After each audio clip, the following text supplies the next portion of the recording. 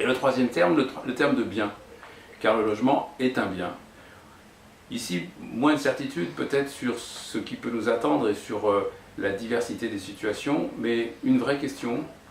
Aujourd'hui, le bien logement est pris entre trois finalités, trois conceptions, trois aspirations globales.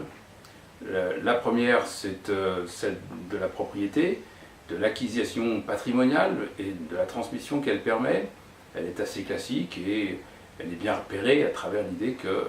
le logement est un enjeu de propriété qu'il faut encore et toujours savoir servir, avec donc un taux de propriétaires qui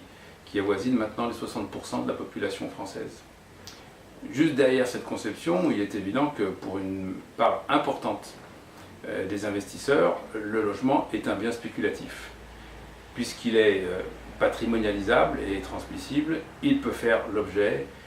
d'une spéculation au sens le plus large du terme, c'est-à-dire d'une simple capacité à rentrer dans un échange d'une valeur qui se renchérira, espère-t-on, mais qui en soi ne s'attache pas à la nature du bien, mais uniquement à sa valeur sur les marchés. Et en même temps, et c'est là la contradiction qui pose question pour les 10 années à venir, le bien est de plus en plus, le bien logement est de plus en plus conçu comme un bien fonctionnel, comme beaucoup d'autres, c'est-à-dire quelque chose qu'on ne possède pas forcément, mais dont on veut avoir l'usage, et là on n'est pas dans la valeur d'échange, mais dans l'autre, la grande valeur d'usage, et vis-à-vis duquel on a surtout,